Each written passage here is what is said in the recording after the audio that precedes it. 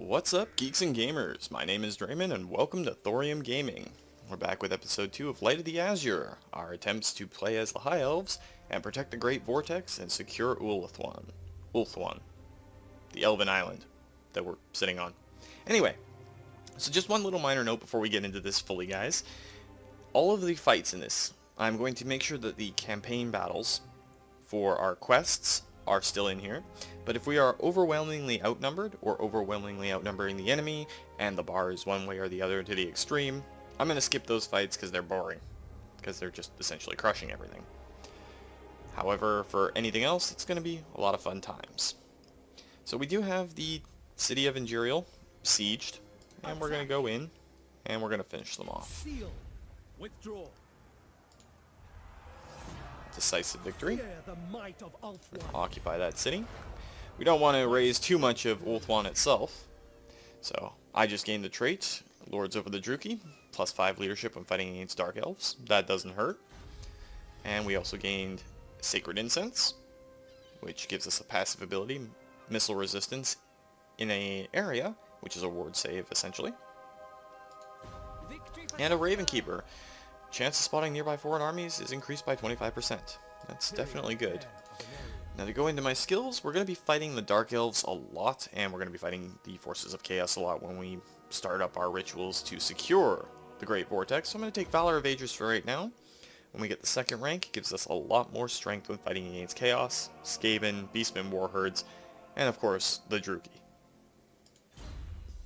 I serve the Phoenix King. I'm really tempted to send Sunshine over here to the Tower of Lysain, but Sunshine, you have been on campaign for a while, so we are going to put you into an encamped stance, and we're going to get you some Lothern Seaguard.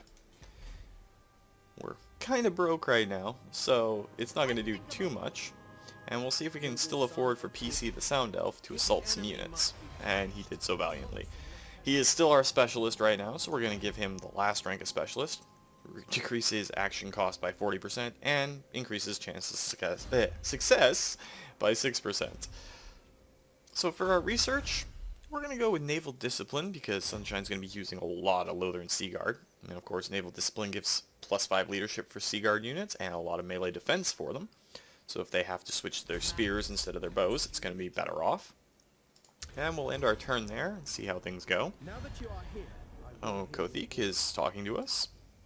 They want to offer us a balanced trade agreement, and I'm okay accepting that. champion of the And Illyrian is offering us a similar trade agreement, so we'll accept that too. heir of an area. But Tyrannok, they don't really like us right now for some reason. They've ended their non-aggression pact with us, so that's not good.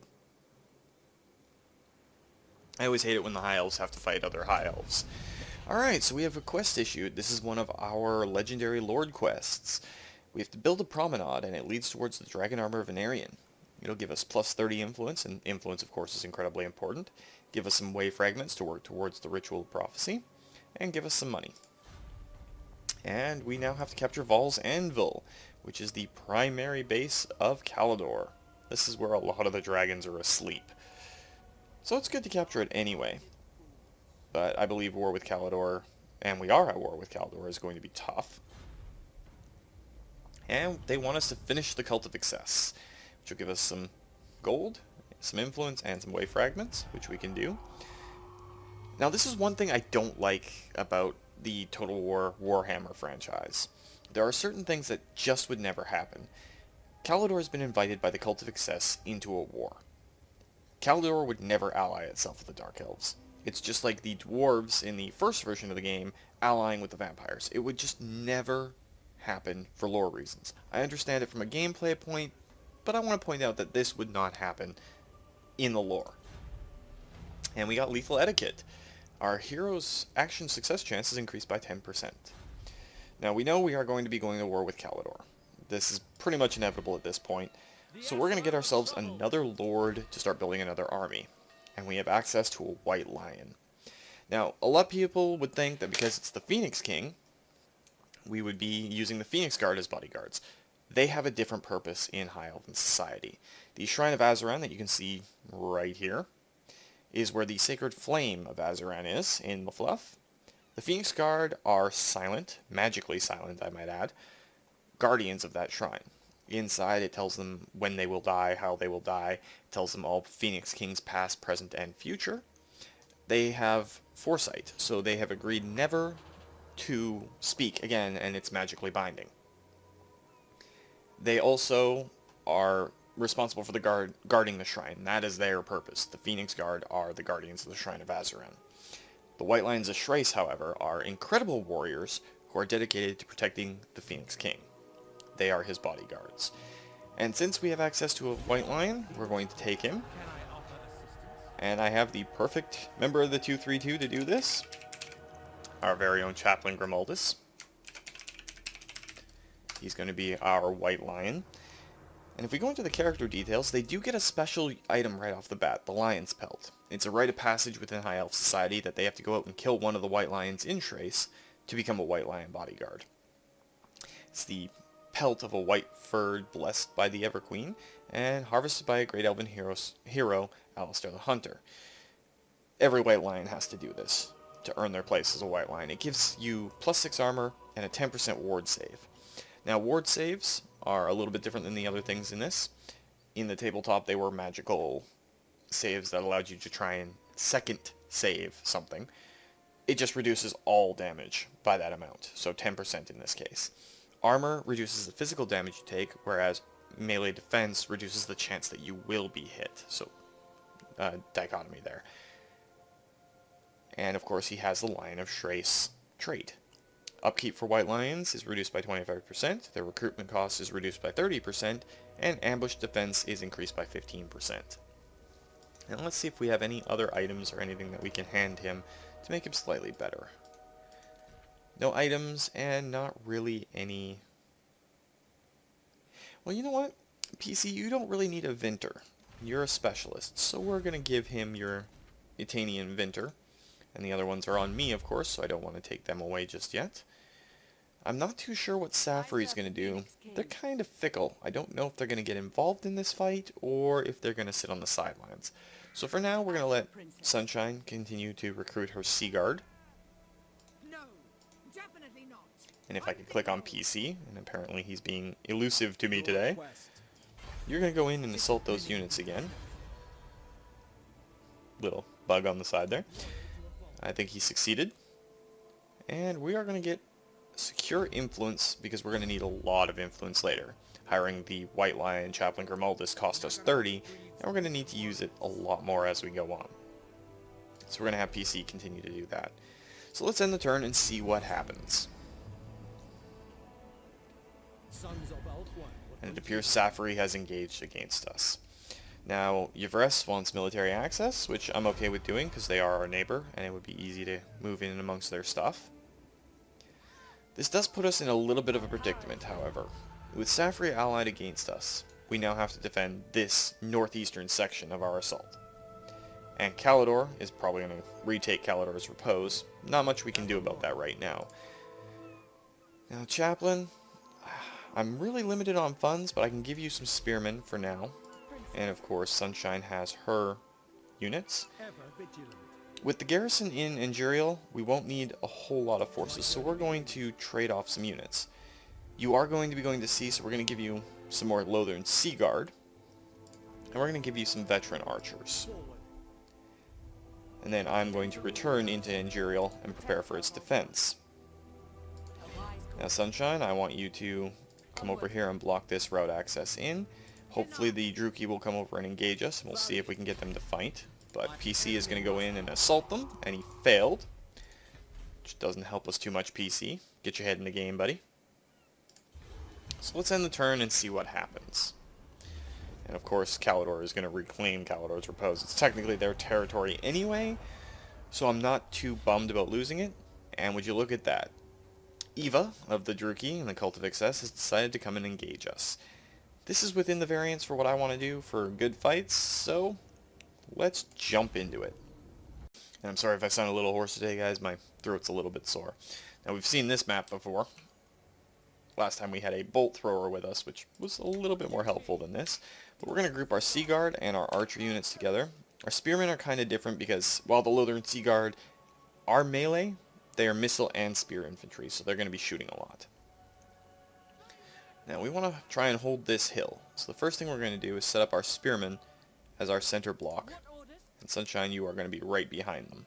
We're going to set up our archers directly behind that, because we are going to try and advance. And our Lothar and Seaguard we're going to try and put here. So we're going to pause really quick. We can't even see the Druchii yet. We're going to get to the top of this hill. So our Lothar and Seaguard are going to go there. Spearmen are going to protect. That's the word I'm looking for. Their flank. And we're going to throw our archers down there. That looks like a pretty good formation. And then Sunshine, you're going to cast your leadership over the entire thing by staying right in the dead center. We're going to speed it up a little bit to try and get into position.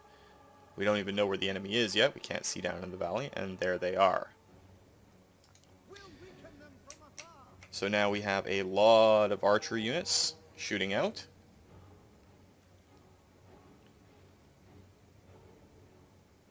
Apparently Sunshine isn't under attack by something, but I don't even see arrows coming from them yet. There we go. They're firing back.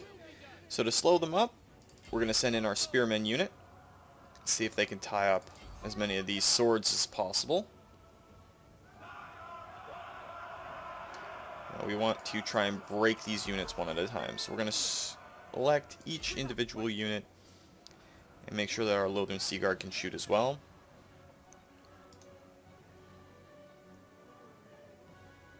And if we can break or completely destroy some of these units before we have to deal with it. So this unit is completely trashed. And we are routing them in the center. Those spearmen are really worth their weight in gold right now. Routed a couple of units.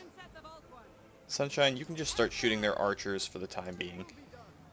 Now their dread spears, I do want to try and break them. Now the Dark Elves have killed enough High Elven units to engage their Right to Cain or their Blade Massacre, whatever it is. Alright, now we have a different situation. Our spearmen are starting to flee. By definition, we don't have any more melee troops, except for our Lothar and Seaguard that are melee troops. So they're going to engage so our archers don't have to worry.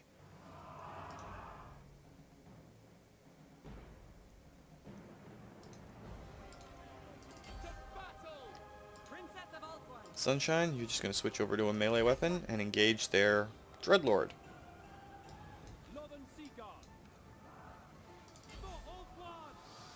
Alright, so their units are starting to flee. The battle is starting to weigh in our favor, and I want our archers fighting there. And we're going to get our Lothar and Seaguard engaging their lord. You can go back to your ranged stance there, Sunshine, and start shooting with the rest of your army.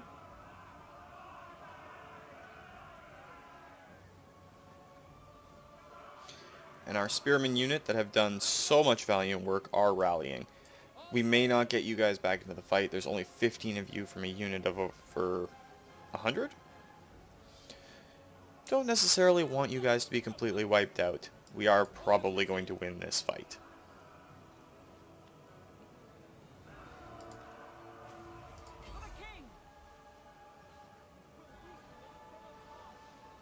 Let's just speed it up and see how this plays out. Alright, we have routed another unit of Dark Elven archers. So we'll send our archers onto the next target. Those spearmen are still a little skittish. They did see a lot of their number reduced. And their dark shards are starting to get whittled down and starting to prepare to flee. And it looks like they are full on routing. And we do have victory. Now there is a chance that we could kill this Dreadlord, which would be an incredible boost to us.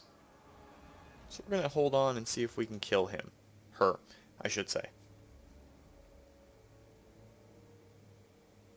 Or at least do a significant amount of damage to this Dreadlord and see what happens. Oh, we just had a unit of Lothar and Seaguard rout. I think that's enough damage. So we're going to end that battle. It was a pretty decent victory. We still lost way too many valiant 232 elves. So it was a close victory for us. We're going to force labor, increase our replenishment rate. should help us out a bit when we go to take the Tower of Lysaean. Alright, so the Druki are caught between us in a hard place. There's a really easy solution to this, and we're going to try and take it. So, Sunshine, you did get a blade of darting steel. However, since you are our archer lady, we're going to be taking that away from you and giving it over to our good chaplain. He's going to get more use out of it than you will. Protector of Ulthuan. But let's go into your skills.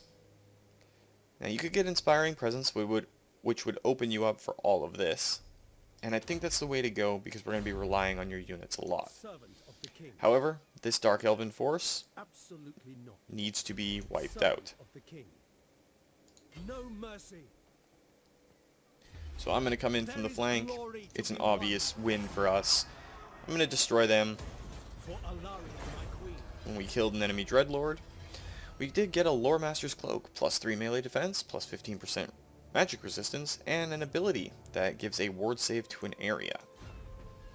And you picked up another blade of darting steel, Sunshine. I keep wanting to say mommy, it's just shorter, but that's so wrong on so many levels. So I guess you're going to get a darting steel blade after all. Now I leveled up in that. I'm going to go with another rank of combined elites, make the foot soldiers even better, and then I'm going to head back to Ingerial, because we do not know what Safari is going to do. Now your troops are fairly well off, Sunshine. I'm going to give you Deadeye for this time, increase your ammunition and your reload time so you start firing faster. Hopefully we will get you a better bow at some point in the future here. Now PC the Sound Elf, we can get you to grab another rank of Secure Influence, but you're going to assault the units of that Dreadlord. Because immediately following that up, Asur Princess. Sunshine is going to come in and assault the Tower of Lysaean. For order. And it's a fairly confident that we're going to win this, so we're just going to auto-resolve that one. A triumph for Ulthuan. Leave nothing of And you can occupy the city. Had I honor me. So we have now captured the Straits of Lothern, which completed that quest, gave us some cash and some influence, along with some way fragments. We destroyed the Cult of Excess, so more cash, more influence, and more way fragments.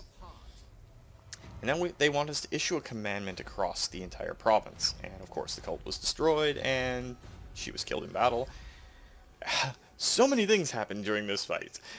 So Sunshine now lords over the Druki. She gets plus 5 leadership whenever she fights Dark Elves, which is awesome. Princess of the Asur. So we're going to go in and level you up now, since you gained another level off of that. And we're going to give you Bowmaster, because you are going to be using a lot of Lothern Sea Guard. You're going to be going to sea for us in a little bit here. Can I offer assistance? PC, I need you to slip around here eventually. You're going to start antagonizing Kalidor a bit. We do have a lot of options that we could do here. And we have 2 population surplus, and it's 8 turns until our next one. Of course, these big green numbers are how much population surplus you need to upgrade the main buildings in a settlement. I'm going to upgrade to an Elven Town. It's one of our quests. We should get another population surplus next turn, I believe. And then we're going to upgrade the Glittering Tower. Now the reason I say we're going to upgrade the Glittering Tower is because when we get it to level 3, we get the Glittering Tower Lighthouse. It increases income from trade by 5% across the entire faction, increases our income from ports by 5%, all regions that we control, and it gives a great garrison. You saw how well those Eagle Claws did, and how good our Lothern Sea Guard are, so we want them as a garrison. But don't worry, chap. We haven't forgotten about you at all. We're going to give you another set of spearmen and a couple of units of archers with light armor. We're going to prep you up to go in and deal with Kalidor. Now over here in Ingerial, not really much we can do right now. We do have to issue our commandment though, I just remembered that. So you have several options that you can do for a province you capture. These will be different depending on your faction. We could increase Untainted in our province by banishing corruption. This won't matter so much right now. We haven't had any real chaos forces come in, and we can deal with it normally. We could rally our citizen militia, which increases unit experience for all recruits by 1, and increases our local recruitment capacity by 1. We're still hurting on cash a little bit, so maybe not. Rebuild Lost Splendor, we could reduce our construction cost and increase our growth. Tribute to the Phoenix King, increase from trade and our tax rate. Or Reaver Patrols, campaign movement range, enemy hero action chances reduced, and our ambush chances increased, but we're going to go with Tribute to the Phoenix King right now because we could use some extra cash. That's all we can do this turn, so let's head on to our next turn. And it looks like Safari is going to get involved with a fight. I don't like the fact that we have to engage other elves. Now, wed to etiquette. The Phoenix King and the Ever Queen have received an invitation to the wedding of a court noble. The king does not care much for them, but it would be impolite not to attend. Attending, however, requires that he bring a lavish gift for them. Whispers say that the engaged noble fancies himself a scholar, with a penchant for arcane and magical tomes. Penchant, I should say. This would endear the Phoenix King to the betrothed-to-be, but there are perhaps other gifts that other guests would consider more impressive. So I can politely decline, which would decrease our influence, but give us plus 8% campaign movement. We could offer a small gift, increasing our influence and reducing our treasury. We could offer a large gift, giving us a lot of influence, but really hitting our treasury hard.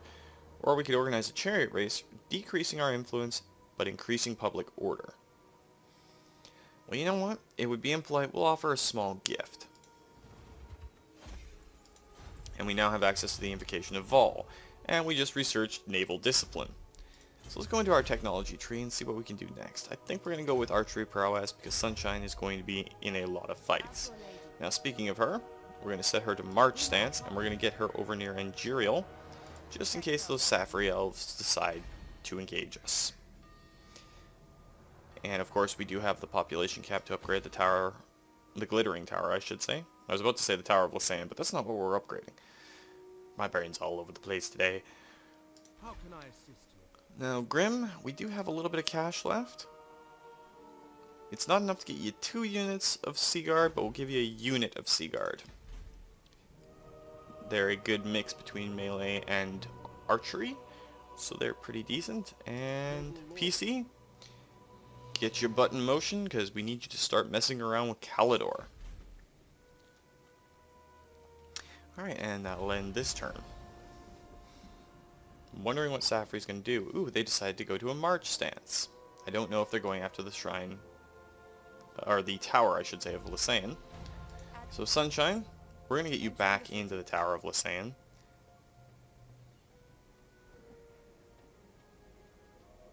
Just so it has some garrison. I'm going to come out here. Probably going to switch to March stance and get closer to the tower. Don't like what the Safari Elves are doing, so I'm just going to move over here so that I'm within reinforcement range of the tower in case they decide to do something crazy, and we'll probably be bouncing back and forth with them. So we have a little bit of gold, but not a whole lot, and we don't have too many good armies, and with Calidor right there, we're in a bit of a pickle. Now here is one of the odd things that I was talking about, this fell cargo. Chaplain, we could use the 10,000 gold item that comes from this, so hopefully. Alright, so we got a Sunken Treasure Ship, which gave us bonus experience, leveling up Chaplain, and giving us some gold. Not exactly what I was hoping for, but it'll work. Now, Chaplain Grimaldus is going to be a major melee fighter, so we're going to give him Axe Lord to start. And apparently he leveled twice! So, with that, we're also going to make him slightly harder to hit. We want him getting into the main thick of combat, taking names, kicking butt, making sure that everybody who fights him knows their place. And we could upgrade to a Haven, but I don't really want to do that right now. I think we're going to demolish this particular building. Actually, we're going to do it at the Glittering Tower. This is going to become one of our major trade ports. This will become our growth and security. This will be all of our troops in Lothern itself. Now they're telling us that it could be upgraded, but I kind of want to save the money. Now we do have an invocation that we can do. Its cooldown is 30 turns, it lasts for 10 turns, costs us 1500 gold. The maker, patron of elven smiths, items bearing this mark are the greatest of their kind. It will give us an item. It will reduce our recruitment cost for sword masters, white lions, phoenix guard, and dragon princes. It'll increase all the armor for the same. It'll increase their experience when they're hired. And we'll be able to use Vol's hammer during sieges, which is a powerful army ability. I think we're going to hold off for now. We're not really using White Lions or Phoenix Guard or anything like that. We'll grab our upgrade to the tower instead. We'll end the turn and see where that takes us. I'm really hoping that Safri withdraws. So, Illyrian wants military access, and I'm okay with offering that. And it looks like Safri decided to engage. Now they're engaging me, and Sunshine, and the settlement garrison. But it's a decisive victory that we're going to have, so we're just going to replenish our troops. We're going to send them back towards Safri. This gives us a major advantage, however. I want to capture the Shrine of Azuran. Not just because it's a good place to be, but because there's lore reasons for it too, and it should be in the hands of the Phoenix King. Alright, so now we got You Can Dance. At a great mass to celebrate Vol, the Maker, the floor is cleared so that the Phoenix King and the Everqueen may dance together. The platitudes and graciousness from the guests are unending, but afterwards many are left wondering who the Phoenix King will bestow the honor of second dance upon. All eyes are watching, even those of the Everqueen. We could dance with the Matriarch of Schrace, which would reduce our influence but give us a Schracian Scout. Chance of spotting nearby foreign armies, plus 25%, and better ambush chance. We're kind of noble and set warriors that want to fight together. We could dance with Illyrian, give us -8 influence, but give us an Illyrian Horsemaster, which would make Illyrian Reavers, Silver Helms, and Dragon Princes 5% faster. Not bad. We could insist that they dance together, which would give us 18 influence, but would reduce our trade from trade agreement tariffs by 50% for 5 turns.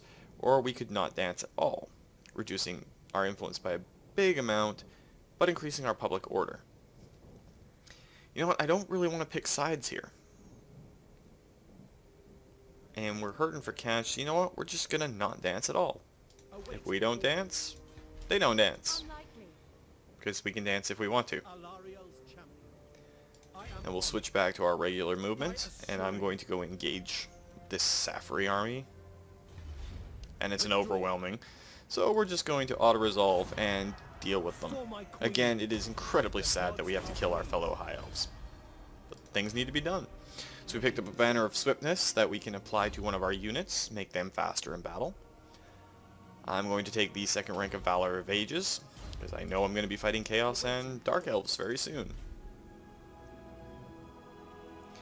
And down on the coast, Grim, you can come back from your little pleasure cruise. And while he's doing that, PC, you can go in and assault the units of this Caledonian army.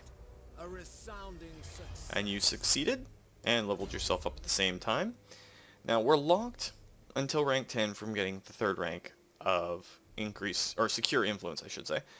So we're going to go with assault units, because that's the other thing you've been doing for us. And now that our Chaplain Grimaldus is back in Lothern, we're making 113 gold a turn. Not a whole lot. These would be incredibly hard on our upkeep. So let's go in here, and we're going to build a plaza. Now the plaza does upgrade to the promenade, which is part of our quest for our really good armor. So with the Shrine of Azuran open and pretty much undefended, what forces do you have, Sunshine? A lot of Lothern Sea Guard, a lot of archers. It is a little bit of a tough tactical call, but I'm going to go back to Ingerial and hold it from any forces coming to harass you. You, however, are going to go into normal march stance, and you're going to slip over and try to get into the Shrine of Azuran without being too badly seen. It means you're just going to go through the water and through Ingerial. So let's end the turn and see what goes on after that.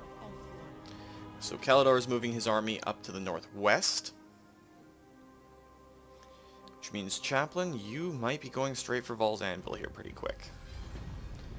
And we just completed the mission to upgrade the Elven Town in Lothern. Gave us some cash, some influence, and some way fragments. Definitely doesn't hurt. And Safri is rebuilding an army, so I'm going to go into Ingerial, which will help reduce public trust and disorder. Could upgrade it. It's going to cost us 1,600 gold, but that will help. And Sunshine, you're going to be heading towards the Shrine of Azuran. So double time it. You called? I'm a little more comfortable now grabbing another unit of Lutheran Sea Guard for you, Chaplain. I am Asurian reborn. Falls Anvil, I don't know if we can see what garrison it has, but it has a fairly significant garrison. I'm betting that Kalidor's army is going after Torsathai. So while they're away, the Chaplain's going to go in and deal some heavy damage to one of their cities. And of course, PC, you're just going to try to secure some influence, but you failed. Let me down, man. Let me down. But you leveled up anyway, so I'm not too mad at you. And that's pretty much it for this turn. And the start of the campaign can be a bit slow, but once we get into the more actiony bits, there's going to be fights all over. So the rest of the members of the 232, you better get ready, because you could be in for a lot of fighting. So our archery prowess finished being researched. Reload time on our archers and Lutheran Sea Guard is decreased. So let's go in and deal with that first. We don't really have the option to build too many Eagle Claw bolt throwers and Tyrannoc chariots. I know how to English real good like. But so that makes cartridge ammunition less important. Now speed, especially moving around the battlefield, is really important, so I think we're going to take trumpeters for our military units. And of course we do need an Elven Embassy to start our trade advancements, and we do need a Shrine of Azuran to do cultural. Protector of Ulthuan. So Sunshine, we need you to start pushing towards the Shrine of Azuran itself. Now the reason I want to take this place, and it does have a fairly significant 8-unit defensive, is in the building browser, which I can't do for theirs, but it does have the special building, the Sacred Flame of Azuran. This is what the Phoenix Guard are sworn to protect. It has listings on the walls about all Phoenix Kings past, present, and future, and they are bound to magical silence. They guard that. That's why the White Lions guard the King. It's an incredible building, as you can see on the left-hand side of the screen. It does a ton to help us out. But its garrison gives us 3 Phoenix Guard units and a Flamespire Phoenix unit. That is incredible. Ready to serve. Now, I'm not really sure Sunshine has the appropriate amount of forces to do this. While I am loath to decrease my own forces in any way, shape, or form, we're going to give you the Phoenix. Forward. So use it well, Sunshine, because you're going to need it more than we will right now. How can I assist you? We're still making a little bit of gold a turn, so if we can find a unit that gives us a little bit of an edge without going over our budget, which is going to be our spearmen, and Chaplain, when you get down to it, you better start kicking some major butt on here. So we're going to need you to go in and take some names. Adventure awaits. Alright. That's pretty much everything over here done. We need to get our glittering tower up to a tower before we can get the lighthouse. And I keep forgetting to click, it makes it harder. But the lighthouse is awesome. But in the meantime, we could get an Elven Embassy. It's next rank too. I kind of want that to be political and money making. Well, this, our Tower of Lysaean, we can throw an Elven Craftsman down there. That should increase our gold per turn. Alright, so let's end the turn there and see what happens. I am the heir of Anarion, and I bid you welcome. So Illyrian wants to sign a non-aggression pact with us, and I am definitely okay with that. I don't want any more enemies than we need to have right now. Alright, so They Who Whisper, and we've already gone through this once. And again, we are just going to fire that messenger. We're not too bad on influence. Ready for order. So I'm going to go back to Ingerial. And Sunshine, you're going to go attack the Shrine of Azuran. Asur, attack! Asur, to battle! Now they have 3 Phoenix Guard, and if Phoenix themselves, so we're going to encircle. Wear them down a little bit. If we have to withdraw from that, that's fine. But you know what? I'm going to come up and help. Add my bolt thrower, my spearmen, and everything to the fight. Let's take a quick peek at what they got for a garrison.